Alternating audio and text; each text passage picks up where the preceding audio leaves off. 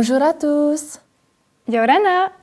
Yorana, aujourd'hui, les moines ambassadeurs vous parlent des requins. En fait, plusieurs intervenants sont venus nous rendre visite au sein du lycée Diadème. Donc, on va commencer par vous présenter une association qui s'appelle Tore Tore. Regardez. L'association Tore Tore, créée par 3 amis d'enfance qui ont passé leur temps connectés à l'océan, a pour objectif la protection et la préservation des requins de Polynésie. Grâce à leur intervention, nous avons appris que près de la moitié des espèces de requins sont menacées d'extinction. Certaines espèces visibles en Polynésie sont en danger dans le monde, comme les requins marteaux, les pointes noires ou encore les pointes blanches. Dans le monde, le requin est une espèce menacée, notamment à cause de la pêche accidentelle. C'est-à-dire que les requins sont capturés dans des filets de pêche industriels. Mais il existe aussi un commerce créé autour des ailerons de requins qui menace la survie de certaines espèces. On pourrait croire qu'avec moins de requins, il y aurait plus de poissons. Or, les scientifiques sont formels, c'est exactement le contraire. Un requin qui mange un gros poisson permet à plusieurs petits poissons de se développer et de devenir gros à leur tour. La présence d'un prédateur maintient ainsi l'équilibre d'un écosystème.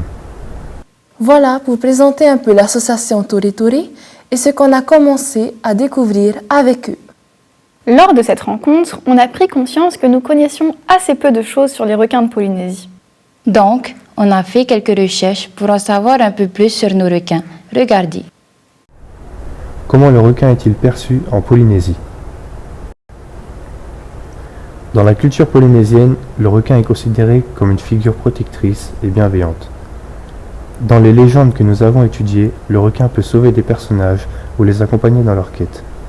Le grand requin bleu de Tararoa n'est pas une menace, mais un allié qui peuple désormais la Voie lactée pour guider les navigateurs. Certaines familles le considèrent même comme un totem. Lorsque l'association Tore Tore est venue nous parler du requin, on nous a parlé des anciens guerriers de Hana, qui portaient des peaux de requin pour être encore plus impressionnants.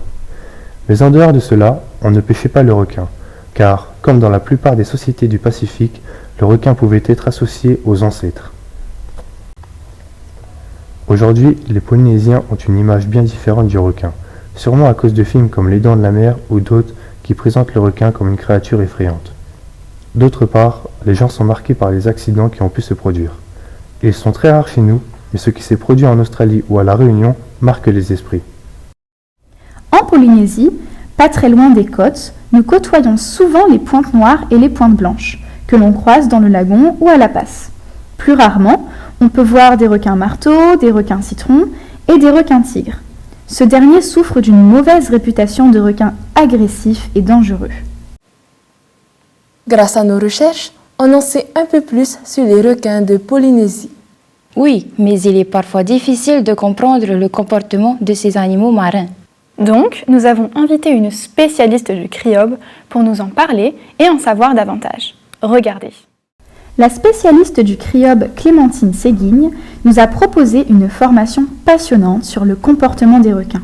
Elle étudie les requins-tigres de Tahiti depuis des années.